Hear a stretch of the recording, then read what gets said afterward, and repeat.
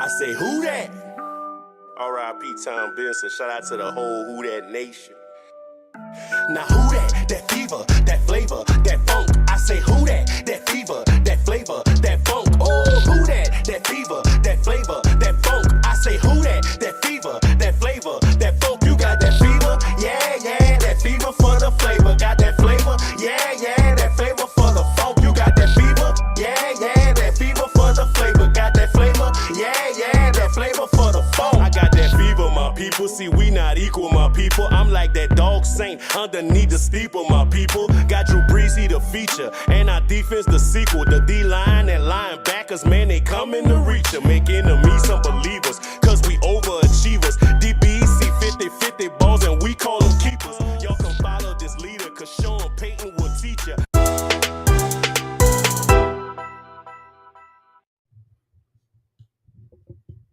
Hey, what's up, everybody? Welcome back. NewOrleans.Football podcast.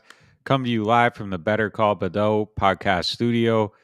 Got a lot to talk about. Saints had a lot of updates this week at the owner meetings, the NFL meetings, stuff on QBs, where they're going forward at wide receiver. Just a lot of nuggets, a lot of various topics. The future for Taysom Hill. We're going to get into all that stuff. We got a big show for you guys here. Kevin, what's going on with you, man? Oh man, you know, I've spoken about it before. I've said it to you guys a few times. I'm just letting you guys know what the energy is. Sometimes you feel like potting. Sometimes you don't feel like potting. Today I feel like potting. So there we go. Let's talk about how you can where the best places to get your taxes done, where the best place to eat, what to do when you get in trouble. Yeah, but we got all that for you. Are you a business owner needing some guidance with your daily accounting? Daniel Sant CPA can help get your finances in order. They provide relevant accounting information, detailed analysis, and clear communication in a timely manner. Call 318-321-2765 or visit santcpa.com. And if you need any help with any of the following: car wrecks, offshore injuries, 18-wheeler collisions, Maritime Jones Act, hurricane and storm claims, you better call Badeau at 504-323-4777 or 985-677-1085. For your free consultation and case review, visit BadeauLaw.com. And festival season, beach season, U season. If you're ready to get in the best shape of your life and feel good about the skin you're in, come check out Roux Fitness. Sign up right now for 3 classes a week for $99 per month. That's nearly a 60% savings over their regular 12-class per month price. Ready to change your eating habits as well? They're also running a great special on their unlimited class and nutrition coaching option. You can attend as many classes per month as you'd like, get unlimited 24-hour access to the gym, and get nutrition coaching from Stack Coaching for $309 per month. That's a savings of $400 per month. If you're ready to make that change and see long-lasting results, get in contact with Bradley Schneller at bradley@roux.fitness. That's ROUX.fitness, or call 504-258-8452. Roux Fitness is located on River Road in Jefferson, right next to Paulins and River Shack. And, if you're feeling good, just hit up Firehouse Subs on Veterans Boulevard. Get a sub. Check them out. Easy. I saw they decision. made some donations to my guy Alan's effort to feed the on-home population. They're always out there doing good things. So when you buy a sub, you're helping out indirectly with stuff like that, because people that own that location are just some of the best people in the city. So go check them out. Best people in Metairie, I guess. They're technically in Metairie, but the area, the best people in the area. Yeah, in the area, man. That will take it. And yeah, I mean, shout out to what Alan's doing as always, man. That's like just putting back into the community. You can't, that's how you draw it up. So, and shout out to all our sponsors. Want to get in shape? Go out at Roux Fitness. Try to maybe look like one of the Saints Talk hosts, not me. All right, so in there. Yeah. What we got? Hey, let's go, man. Oh, by the way, shout out to Chad. I just want to make sure I'm looking at you guys' comments early, so you guys keep the comments coming because man, we coming through today. Man, where do we start? Let's start with the low hanging fruit, right? That's just a bad way to say it, but like, all right, let's just get into it. So Malcolm Jenkins is retiring, right? Like I kind of felt like we saw that coming. They did something with his contract. DA said you got to ask Malcolm about that when they ask him about his status. So what's your take on it? The Saints are going to need another safety. And what do you think are what's your take on Malcolm retiring first? And what do you think are going to be some of the options that they have to replace him at that position? Well, yeah, first of all, I think it's a big loss, actually. I really do. And Yeah. it's just in the sense that, especially because you're losing both your safeties. Losing one's bad, losing two. I mean, you're starting all the way over in the back end, and that side of the ball is supposed to be one of the strengths. Yeah, the secondary. It's supposed to be the strength of the team, and that aspect of it is supposed to be one of the strengths of the team. So they're starting over back there, and you're going to have to start with that organization and the coverages. And, I think back to 2 years ago, early in the season, Malcolm comes in. It's a little bit of change there. He replaces Von Bell. The continuity's gone.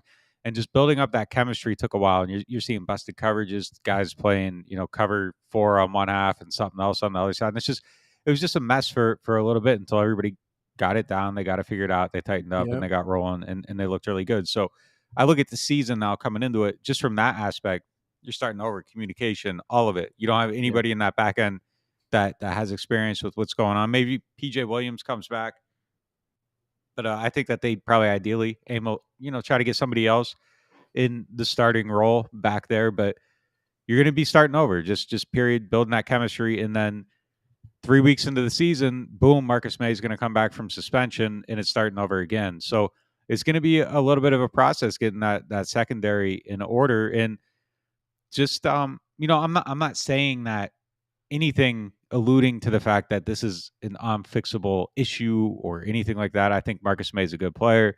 I think they'll probably get another good player, but we are seeing holes created both sides of the ball throughout, and we aren't seeing solutions yet. So I think it's a little, there's a sense of urgency.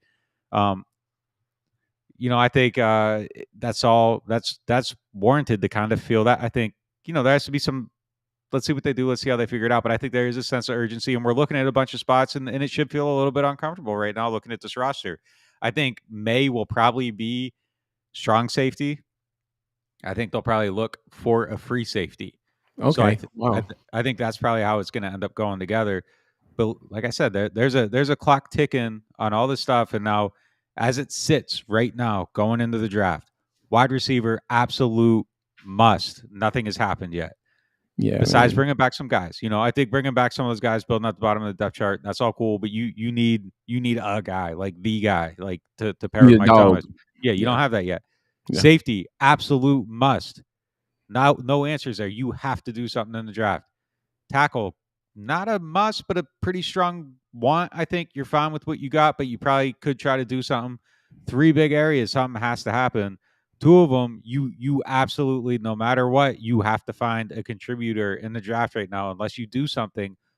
To me, one of those 2 spots needs something. PJ Williams coming back takes the edge off of safety a little bit. I still think you got to do something, but you're in a situation like a tackle with Hurst, at least, where you're fine. You could go sign another wide receiver, and you're in a position where you're probably not fine, but it's at least you got a guy. You know what I mean? Like, at all those spots, I feel like at least you got a guy. You could probably do better. Wide receiver, one of the first, you could sign somebody, and then it's not necessarily a pick 18 issue. It should be, but it might not be. You know what I mean? But there are some major things that have to happen, and there's some urgency, man. Straight up. I mean, I think there's some significant urgency. We've seen holes created, and there aren't answers, and it should feel uncomfortable right now. Yeah, save 20% off an NOF subscription. Use code RELOAD at checkout on any plan. Before I get my take in, so I agree with you, and I'm a hold true to basically how I think we both approach it. Like, we can acknowledge that, some things has to happen, but the offseason is kind of more of a marathon than a sprint, right? So you got the second wave of free agency. I guess we're in the third wave now at this point. You got the draft, and then you got the guys who are going to come in after the draft. Hey, Kevin, I don't want to interrupt you. I'm just going to say this real quick. It is storming like crazy here. There is a lot of lightning. I live in New Orleans. The power is very likely to go out at any moment. We will hopefully make it through the hour, but if this thing just goes dead, that's what happened. Y'all gonna have to hear me for the rest of the pod. That's gonna be y'all don't want that at all. So let's get to these topics. Let's get to them, because I ain't the one. But yeah, I think that we're gonna wait and let this thing play out, right? I think that's the key, right? And so, but I'm with you. There's a sense of urgency when I look at. I think running back is a position that with Alvin, I think it's twofold. One, even if you had Alvin, I think you would want someone else behind him that's better. And I also think that given the suspension, you might lose Alvin for 6 games. That is significant. That is over a third of the season, right? And so that's another position where you feel like there's some need, but there's time. There's some things they can do. I don't think it's panic mode time yet, obviously, but you just want you want to see some of these holes start to close. And so, um, to the safety issue, what do you think about this? And I'm not sure exactly how I feel about it, but just I think it's a good point to discuss, right? And this could take up a lot of the pod, so we'll see how it turns out. If so you don't think May could play free at all? Like you think that? No. I think he could. I just think that the best configuration. He's a guy that has like a lot of skills, and look, he plays some strong in New York, and I think the way they use him there wasn't maybe necessarily fully advantageous to his skill set, but he Yeah, played some strong there after Adams left, and yeah, I just think his blitzing ability, his ability to play down in the box, play man, just do a lot of different things. I think is usable there.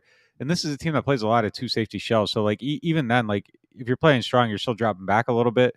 But I yeah, think if you get a guy with that has more of a focus on range, and then can even that's still do a little bit of that down stuff, you could potentially create a situation where these guys are truly kind of interchangeable and they can do everything. And I think that builds into your disguise, and you can do a lot yeah, of things differently. And they even tried to use Marcus and Malcolm like that at times last year, where at times Marcus would come down in the box, Malcolm would be the deep guy.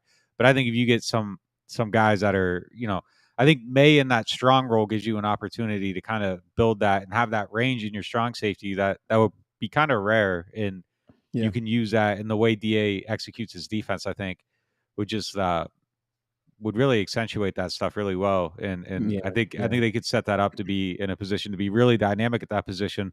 And maybe they wouldn't necessarily be better than they were last year, but the way they could play could be different and create some advantages through scheme, through disguise, even more so than they had last year.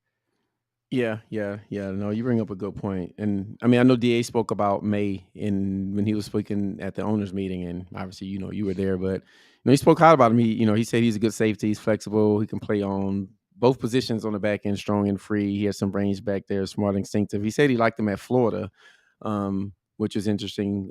So I guess maybe they had a pretty good grade on him. But I just I'm kind of wondering how they're going to play it too, because like on one hand, one of the things you think about is like, well, if May play free, and then do they maybe move Garner Johnson to a strong position, and then you have Bradley Roby, who they just re-signed. He could man the slot, and you have Marshawn and Adebo on the corners, right? And I think you can do a lot worse than that. Obviously, right? You got 2 pretty good corners. I think Roby I think he's probably a pretty good slot receiver. But yeah, just what do you think about maybe them running with that configuration? Like, I think that would require Chauncey to play maybe 2 deep shell more, which I'm not sure that's his strength. So that's like my biggest problem with it. I would like I think it could work. I don't think it's a bad configuration. It's doable if you get stuck with those pieces. I think it's a workable situation. But I tend to agree with you that I don't think that's his best role. I think he's in his best role in CJ. Yeah. And Yeah. I think ideally you'd leave him in that spot. So, we'd have to see it, but I just don't know if having him back there doing some of that stuff is the best use of It's the him. best use of him. Yeah. So Absolutely. I think he's probably better off where he's at. And I think your defense is probably better if he stays in that role as opposed to dropping back and playing one of Hmm. those roles. So I think it could work, but I think you'd be better off trying to find another safety. Instead of moving Roby into that, like I think you're just better off getting, at that point, if you're making compromises and whatever, I think you're better off just starting PJ, signing him, putting him in a starting role. I don't think that you even want PJ in that role for 17 games. He's fine at what he does, and I think he's good as kind of mix up a dime option, all that stuff. So I still think that I think it's an absolute must that they have to get a safety. And if you're acquiring one, like I said, I think you go free, you put Marcus May at strong, and you go like that. But one way or another, they got to get a starting quality safety in that role. It's too critical. And the defense can't take a step back. I mean, that's the thing here.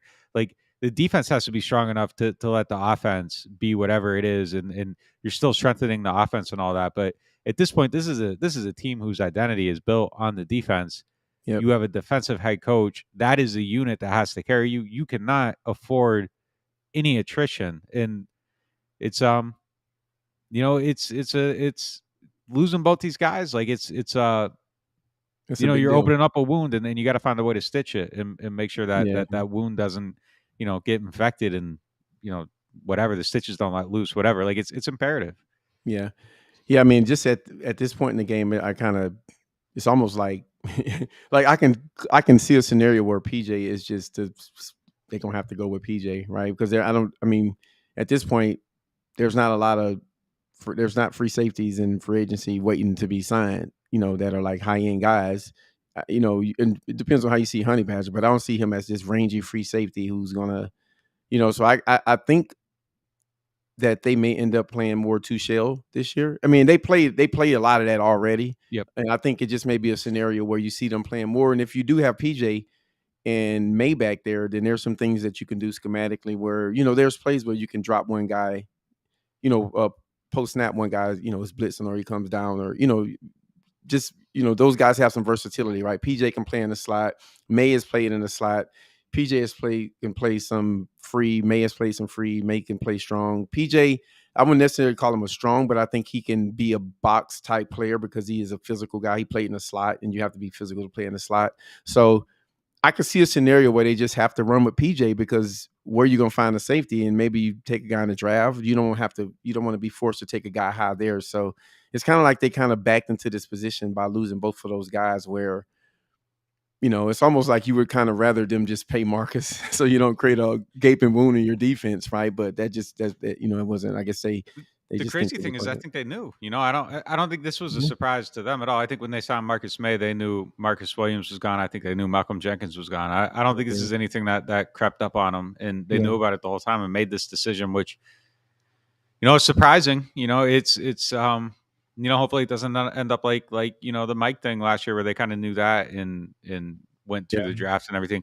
I don't think that they're going to let this go unaddressed, but we'll see. I mean, it's some of the stuff is a little bit surprising to me overall. And just seeing some of these guys go and just not the Saints, like we gotta compete. Yeah, no, I think it's all different now, and they're trying to find. Well, Mickey Loomis spoke about it. He was like, our cap is to the point now where we was operating a certain way when you feel like you got a chance to win. And he actually used the he used the term kicking the can down the road, right? And things along those lines. So I think it was kind of interesting to hear him say we can't indefinitely operate like that with the cap. And it's going to take years for us to get it back in a normal place. So, and he mentioned hey, that's what happened with Marcus. That's what happened with Teron. They knew Teron was gone. Right. I mean, he said unless the market didn't come out like he was expecting, which, left tackles don't go unsigned in the NFL. So, yeah. And the same thing with Marcus. Right. And it's just, it's one of those things where I almost feel like, sometimes you can't have a strength at every position. Right. Sometimes you got to, and we're not used to seeing that on the defensive side of the ball. The defense they didn't have weaknesses. Right. For the most part. I mean, you could say the weakest position on defense last year was nose tackle. Right. And so that's just not the case every year. And this may be a year where they don't have the free safety that's not the strength. That's the weakest position on the defense will be free safety this year. And they may have to go out there and play like that. And so that'll be interesting to see. I'm going to say something that's either going to later on potentially be smart or potentially be stupid. But I mean, if you're looking at history, if they have to draft a position for need to get a starter, I think safety is the one spot where you would say, all right, they've done a good job. They drafted CJ, they drafted Vaughn, they drafted Marcus. I mean, those guys are all really good starters. Kenny was Kenny predated, kind of this regime a little bit. Yeah, but I tossed him in there too. He's a fine player, but Malcolm, that's way back. But for this regime though, they know what they're looking for in safeties, and they seem to know how to get those guys, and they don't necessarily have to be in the first round of the draft, like second, third round. They know what they know the traits, they know how they fit. So that's the only good thing about opening up. Like if you have to open up a position and address it, that's possibly okay. Yeah.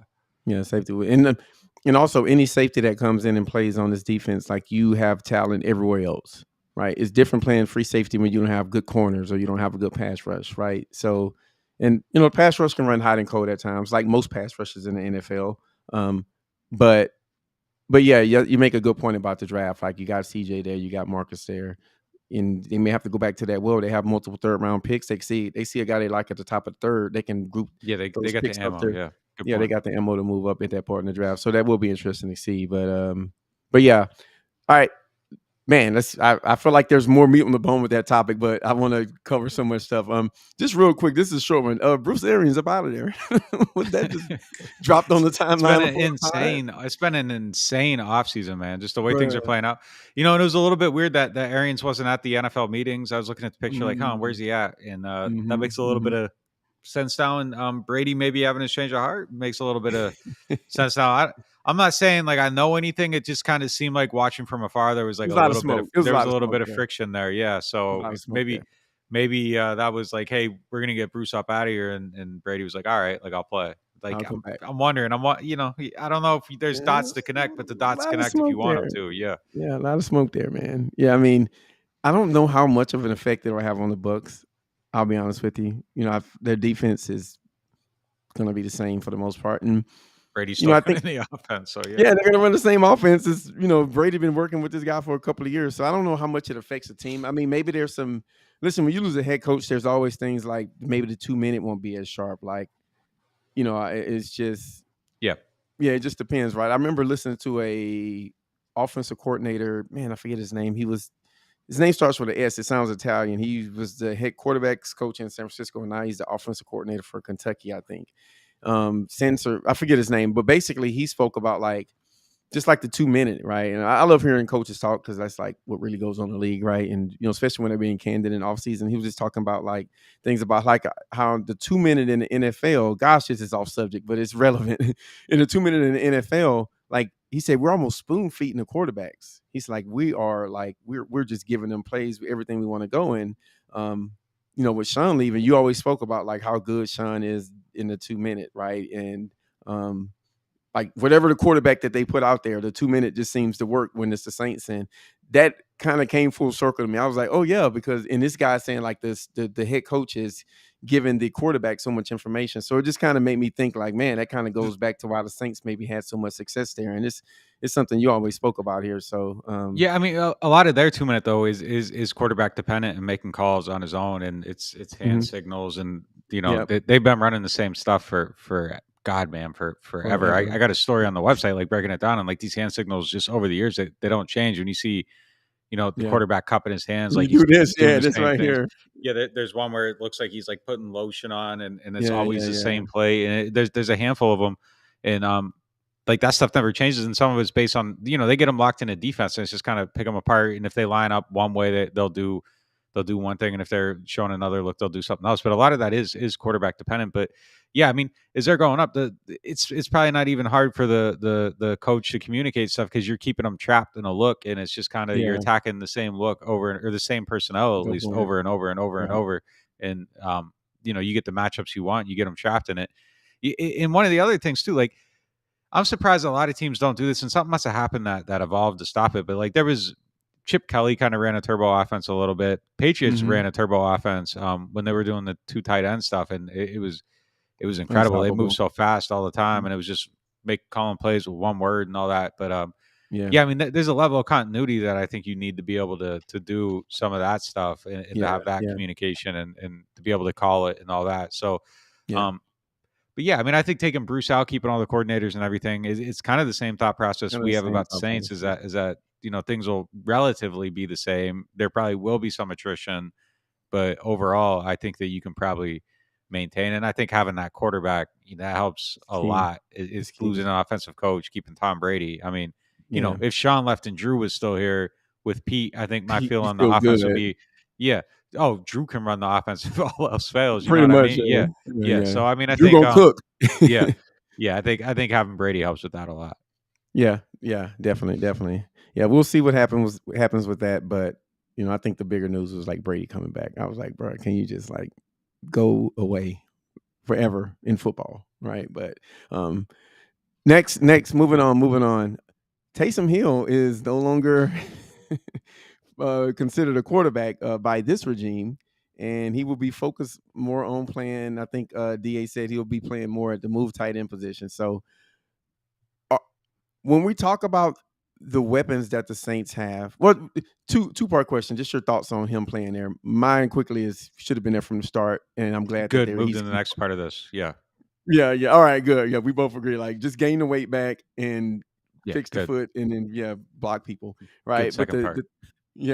and so I'm getting there, and so like, just Yeah. moving on. We don't need man. to. We don't need to linger on that part. Yeah. I'm trying. Just help me out, man. I'm just a little slow today. Work with me.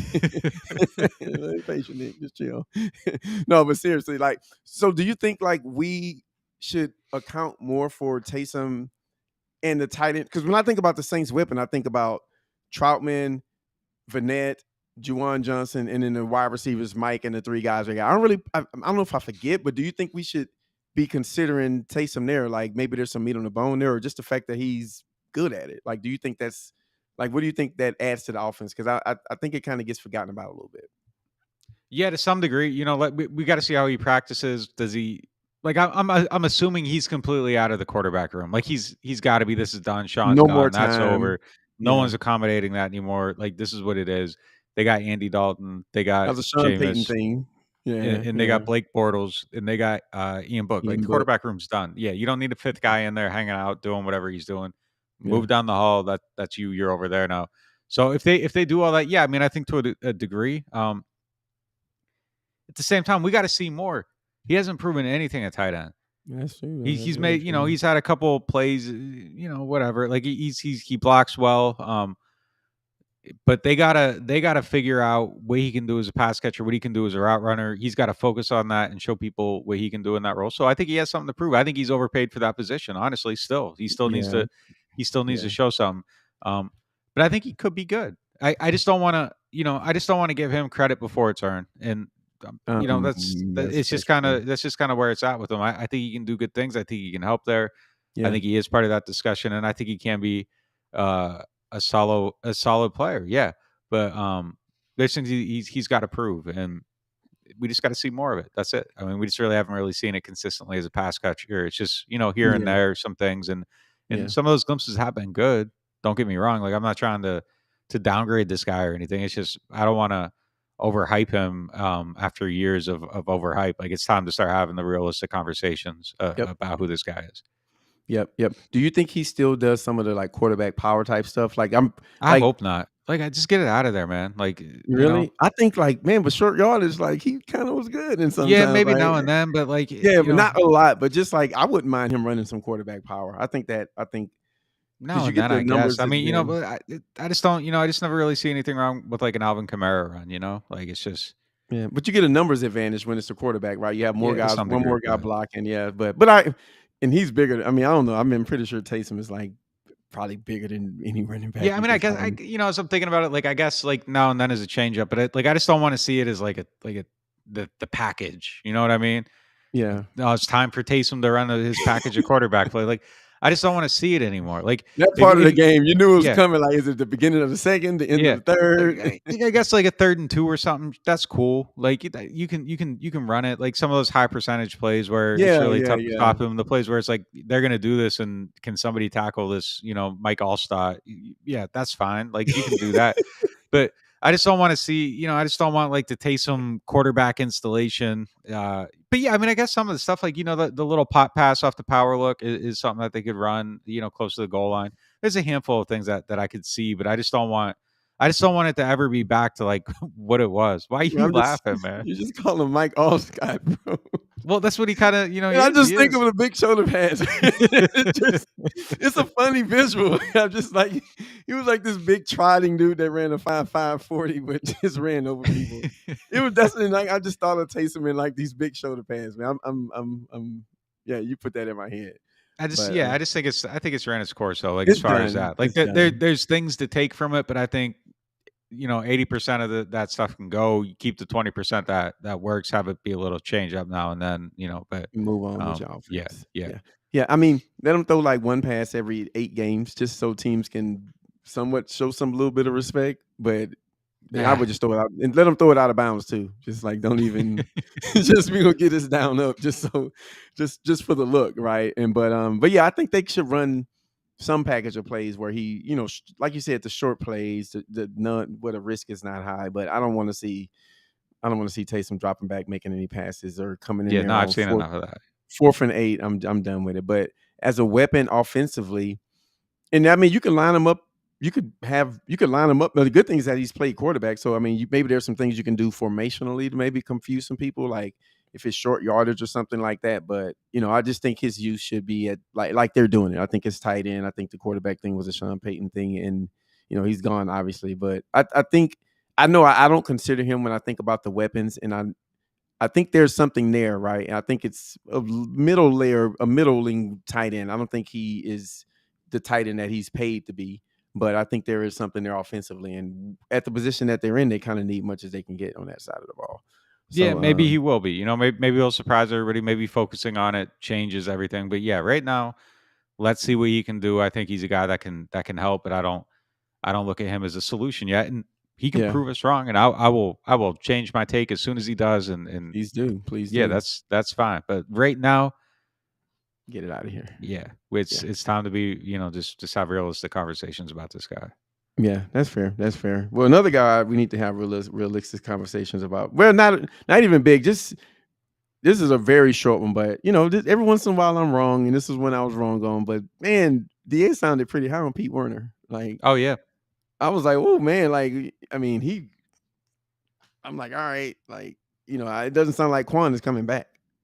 I mean, maybe they will. I don't want to say that, but he sounded like he was a player that they were looking for growth.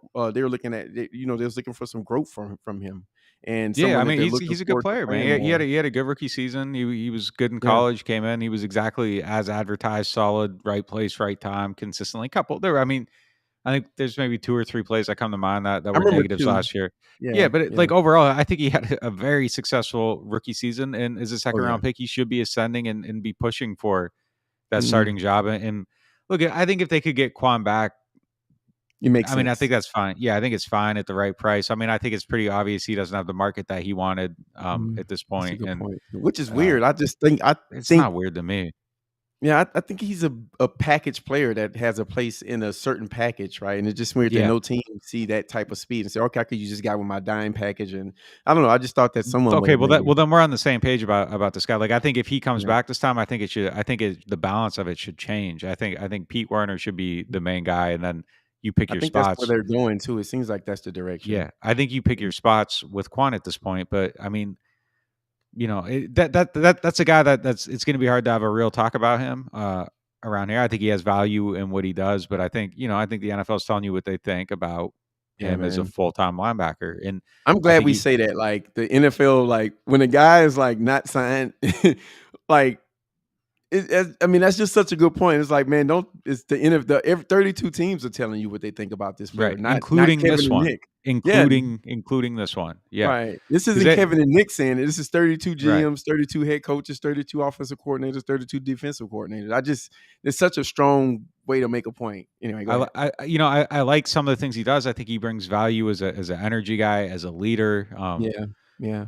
And there's he has some good range too. Like I'm not taking any of that away from him, but there are some assignment errors and tackling Limitations. issues and things like that. Yeah, I yeah. think just kind of if he had those things, he'd be a top tier linebacker with his athleticism, and he'd be getting all He'd the be money in the signed. world right now. Yeah, he'd Yeah, be signed. right. Yeah, yeah, Yeah. yeah, But it's yeah. just not, it's just not there. But if they bring him back, I think there's a place for him. But I think Pete Werner deserves snaps at this point. And you invested a second round pick in this guy.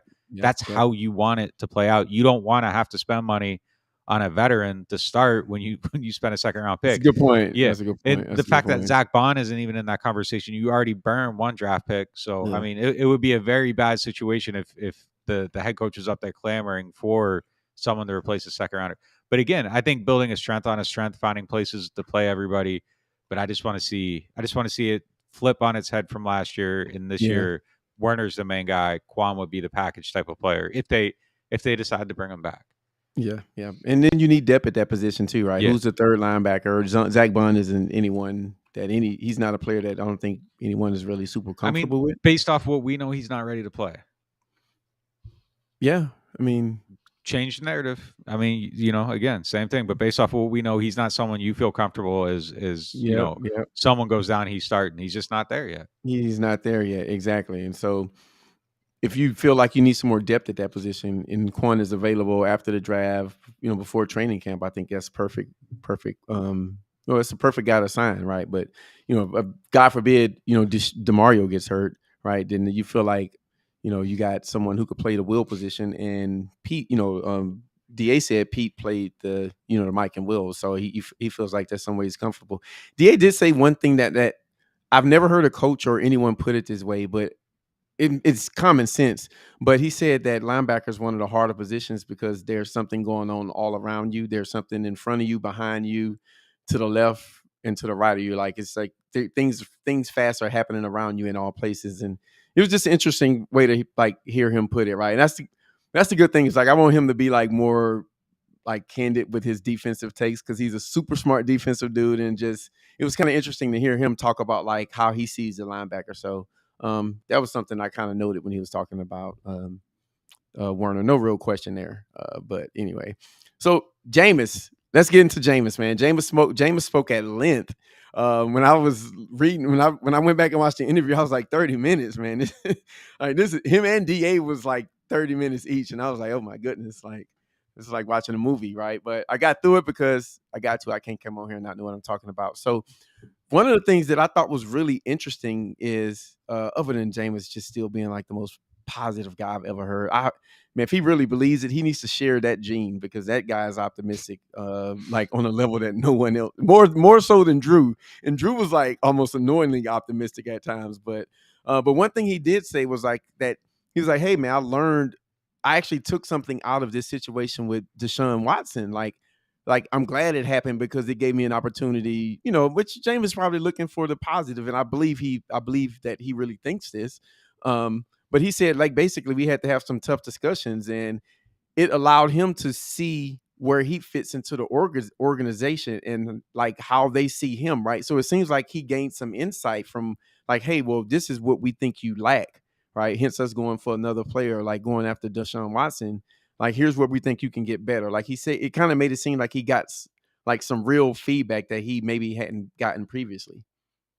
Look, I feel more confident in Jameis than I have ever, honestly, after that press conference. Yeah, man, I kind of felt the same way, man. Yeah, I was there was some fire to him, and there was less deferentialism to Drew Brees and Sean Payton than there has been at any point he was here. All last year it was always, he was kind of giving it up to Sean, kind of giving it up to Drew, giving his respect. And look, I think all that's good, and I think it fit for him at the time. But at a certain point, it comes a point where Jameis Winston has to do the job as Jameis Winston, and he has to stop trying to be Jameis Winston as Drew Brees.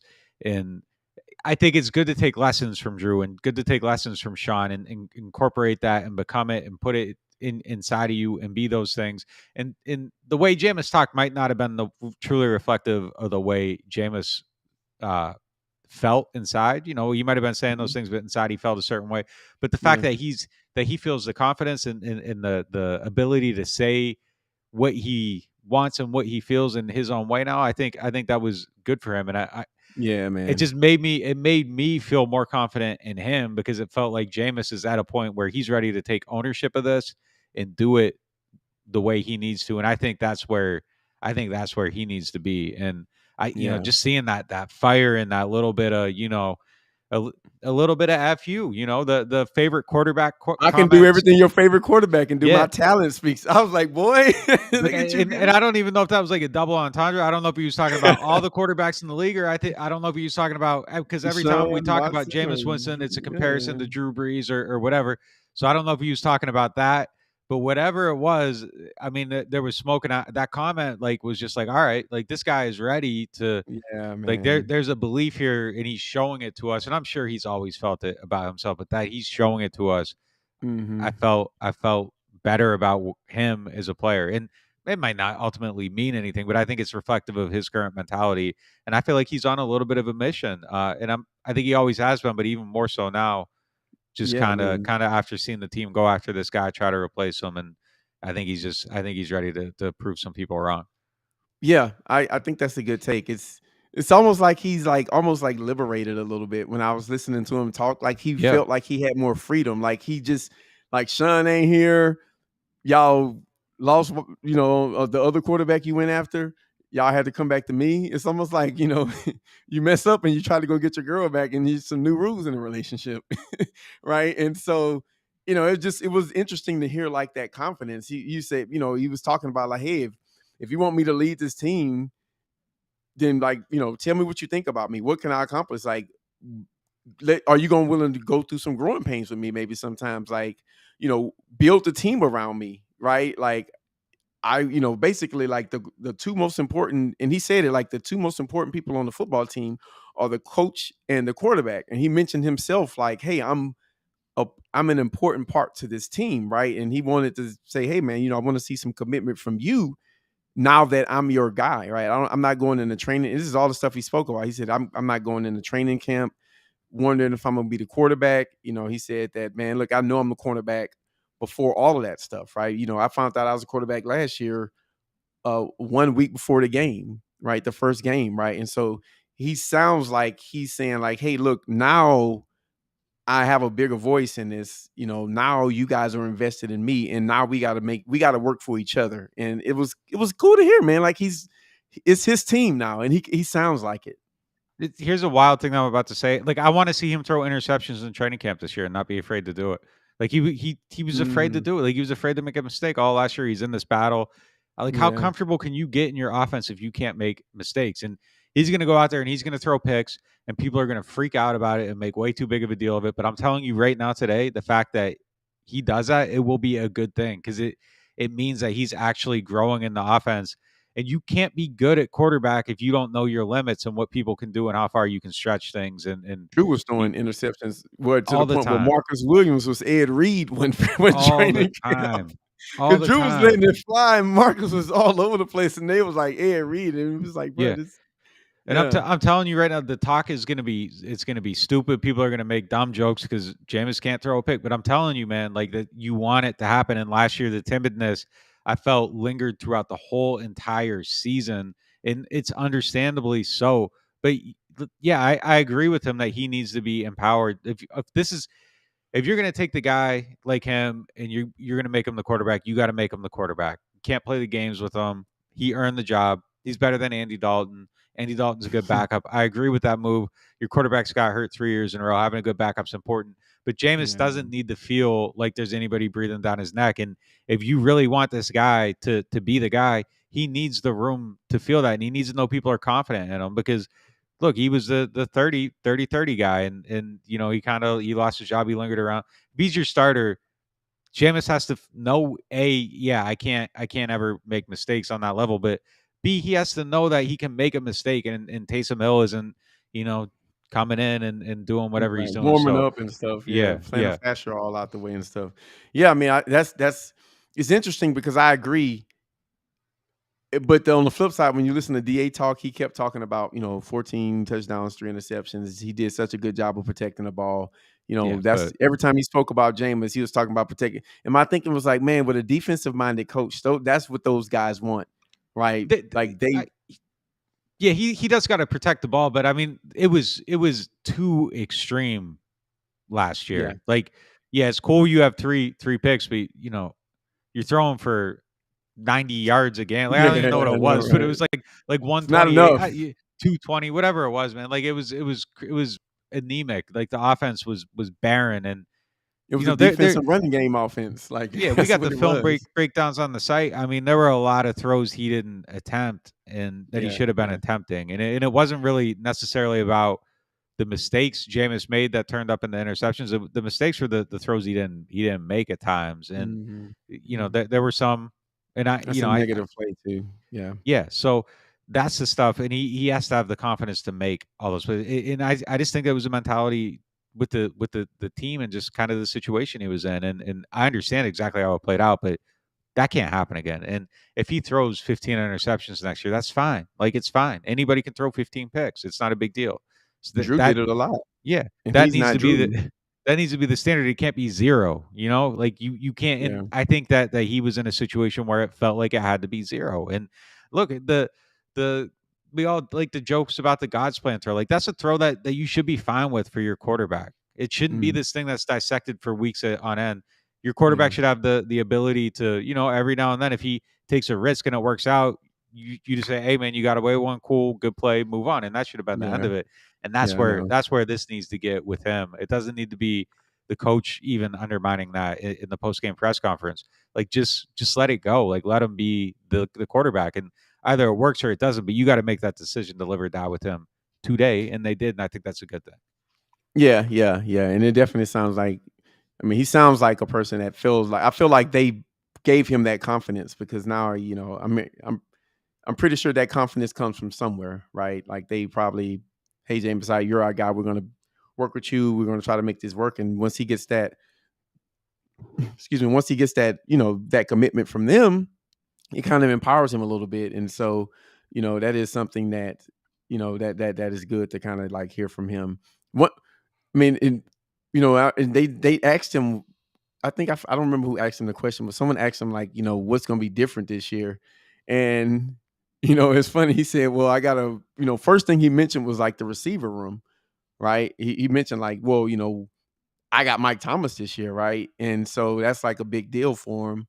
And then immediately he kind of went and like defended the other guy saying like, hey, nothing against him, something along Yeah, those lines, right? It was right. But I get the feeling that like just hearing him say that, like, and when he said like build around me, like to me, I heard like, hey, you got to get me something yes. to work with. Yeah, I got you asking me to fix something and I don't have no tools. Right. And so just I don't know if I'm hearing if I heard the same No, thing from you, but no. Yeah, oh yeah, yeah, yeah, yeah. yeah, They have to. They have to. They put him. they Look, man, put him they in a put him position through. They not put to him win. through. I mean, last year was absurd. No, like That's not enough. I And don't, I yeah, don't even know how to it's answer. Like crazy. if you're Jameis, so like, I mean, I'd be at home every night, like mad. Like I would have been at home every night, mad about like what was going on. It's just like, man, I'm doing the Oh best I man. can. Like, what do you want me to do? Like, this is crazy. How can One you of the do that? Like, guys I was would have playing been mad. rugby. One guy was playing rugby or some other sport I and mean, retired in the middle of the season. Like, what are you giving me to work with, bro? Who are these? And Jameis even said it. He was like, yo, like, man, he was kind of flexing a little bit because he was like, man, some of these guys, like, he was talking about like getting all the reps, but he said, like, man, some of these guys, I'm not even going to see him in 2 weeks. Right. And it was just like goes back to like the whole wide receiver thing. He's just like, man, you guys need to address this position. So I get the feeling that he, again, like I said, whether they told him that was going to happen or he feels empowered to say it.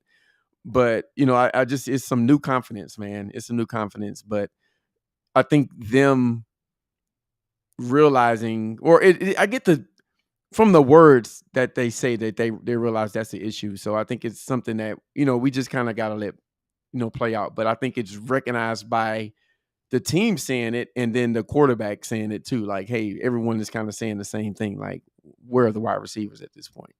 yeah. Yeah, and look, I think there was an acknowledgement this week that from everybody that something has to happen there. So Yeah, yeah, we're, yeah, we're yeah. gonna see. Look, like I said, I mean, I think the market is insane right now. The Kirk deal messed everything up. Jarvis Landry looking for 20 million, and 20 I million think a year. and I think he had a deal in place with Atlanta when Watson was going there for like 16 million per or something like that. I heard, but Mm, um, yeah, over 3 years.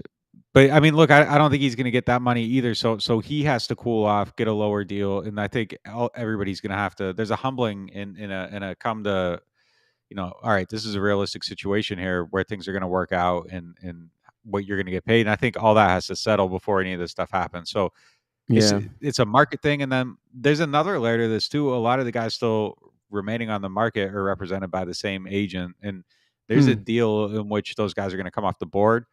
And for them, one's going to set the market for the next, and you kind of go down the list. And I if see. someone has 4 or 5 guys that are in command, that's going to kind of play a part in the speed of the market too, because someone from underneath isn't going to come out because then it messes up the guy at the top. So Yeah. they're all in alignment in how those things are going to play out. So there's just a few things that are kind of happening, and then even at safety, like Tyron's not getting the money he But wants, he looks for, and yeah. I've heard he's willing to wait for a very long time to get that money that he wants. And, it might come, it might not. And at some point, it's just you got to decide what you're going to play for. And the market's going to be the market. And maybe you wait for a training camp injury and then someone's more willing to pay you your price because they have to. But, if you don't have that leverage, sometimes you got to wait for the leverage, or you just got to accept reality and do what's there. So we'll see. I mean, I still think, the takes around here haven't changed for us. I mean, we both still think that they should backstop it with somebody and draft someone, and that would be the best way to handle that position. Absolutely. Yeah, absolutely. And if you roll the dice and go with one, you got to hit. You got to hit the, I ain't talking about no double, triple or home run. Yeah. Like, he's got to come in like Justin Jefferson. Like, you got to come in year one and, because there's no one else. I mean, you got Mike there, so it's a lot easier to do that when you're not the number one, right? So you're the number two, and that guy's got to hit. Another thing that Jameis mentioned, and just a couple of last things on this interview, because he hit so many different topics on there. I picked a few of them that I wanted to cover. He talked about working on his intermediate accuracy, and I was kind of we got a story on that. Sign up and read it. Oh, that's right. That's right. We go to the next one. That's right. My bad. Y'all don't even know about intermediate accuracy. 20% off. Use the code RELOAD. 20% off on any plan. Link is in the show notes. Support the site, which supports the show, and you get more podcasts, more analysis, more news, more breakdowns. Hopefully, stuff you can't get anywhere else. Yep. Check out the site on that one, guys. We set that up, by the way. We didn't. All right. Yeah, I'm just trying to save face a little bit. Last one, man. And this is interesting. And maybe this is like a question for when guys do OTAs or something. But, I remember Kat Terrell asked a question. I want to give her credit for a question. She said that when she was working on the store for Tehran or something, and he mentioned that the trip to Dallas that they took actually may have contributed to their injuries because it maybe threw off their training regimen or something like that. And she asked Jameis about it, and he was kind of like, that threw us off big time. So have you heard any player mention that trip to, when they had to relocate to Dallas, did it affect their training, or it led to more injuries? I don't know. I just thought that was interesting. Yeah, I mean, I can't speak to anything the players, are saying to her or about that. I know internally that there's a thought that their whole process it just really wasn't scientific enough, and it needed to change and get up with the times. And that's why they paid $250,000 to Alabama to get Matt Ray out of his contract and bring him down here. So I mean, I think that is just kind of internally and look, the players their process driven, they're routine oriented. So taking some guys out of some things probably changed up their preparation, how they prepared, what they had access to, all that stuff, and definitely could have played a part in getting to their injuries. But like I said, I think the organization itself felt that they were just behind the times. It wasn't a scientific process, and they're trying to change that process to where it's a little bit more data driven, and you're studying things, and I know right now currently they're looking at the way they've practiced, and if the way they practice needs to change, and they're questioning and looking at everything and trying to see if there's just kind of a new way, just taking some of the subjectivity out of it and just really getting down into, and they did some of that with the zebra technology and all that. But I think that there's a whole world beyond that you can push it even further, and they're trying to figure that out, and it just can't happen again. It's something, they know it can't happen again. They're trying to find, ways to change it. And the Dallas thing, if it was part of it, I mean, that was kind of unavoidable. I think they maybe stayed there a little bit longer than they needed to. And, you could have came back a little bit quicker, but, it just kind of is what it is. Yeah. At this point. Yeah. That's a good point you made about the real issue for the injuries could just be the fact that, and look, they went and made this major move, so this reflects what's going on in that area. So, all right, let's end the podcast on this last point. I'm gonna let you make it. Daniel Sorensen, what is he going to be doing? Because Jeff Heath. There we Jeff go. Heath. All right, that's it. Yeah, I don't think you're going to see him a ton on defense. Maybe now and then, certain packages. Heath played like 70 snaps on defense last year, and I think some of those were even injury related. Yeah, so that's the role he's going to be in. It's not going to be. Man, it shouldn't be Marcus May and Daniel Sorensen. I was just thinking, I was like, but, man, let me just watch what I say. Yeah, I don't think there's any way. I don't think there's any way that's not what it's going to be. I don't think that's the role for him. Okay. And yeah, I think look, he's a good special teams player. Jeff Heath was too. I think it's just kind of trying to upgrade that role a little bit, and that's it. Yeah, DA specifically said too, like like DA said, Jeff Heath, like the head coach / defensive coordinator is saying, this is the role that we see this guy in, like not a starter role. So, hey, Adrian, thank you for signing up, man. We appreciate it. Hey, man, appreciate it, Adrian. Shout out, man. Shout out. So, all right, man, we got through pretty much every topic. We got through most of them. I'm happy, man. I'm happy that we covered a lot this pod. This weeks like this makes it really easy to be a pod host. Like the topics just create themselves. Yeah, I just pick them off a tree and pick out which one is the most ripe, like a good apple or something. So, man, look, you save 20% on NewOrleans.Football subscription. Use the code RELOAD at checkout, and it works on any plan. So, we need you guys to support us. That's why we do this podcast. I like Nick, and Nick might like me, but we need you guys. We need you guys to sign up, please. I'm joking, but yeah, man, that's how the lights stay on around here, right? And so, just if you're not a subscriber, there's a lot more on the site. In fact, we pretty much anything that we talk about here is not on the site. So that's how much more information that is, if you it is available to subscribers, because we pretty much cover everything that happens Saints related on the podcast. But there's just so much more in-depth information that on the site, like Jameis talking about how he wants to address his intermediate accuracy and things like that. So if you're not signed up, you're missing out. And hey, Jordan says he's about to sign up. Thank you, Jordan. We appreciate you. Hey, Jordan, I guess this little rant helped. So I'll take that little win. Thanks for saving me, man. But yeah, man, we appreciate everyone that's already listening and supporting us. We appreciate it. And if you're not, then we just consider it yet. And it's just, we need to convince you a little bit more. So thanks for the support in any way. Like and subscribe to pod. That always helps. YouTube and any Apple podcast reviews, all that stuff helps. So, man, you guys were good. Thank you guys for joining us tonight. There's a lot of stuff happening. The draft is going to be coming up really soon. We're going to definitely be covering that. If you guys are interested in some prospects, I may be willing to listen. So hit me up in the DMs about that. So that's all we got for you guys. Thank you guys for listening. We'll see you next week. We out.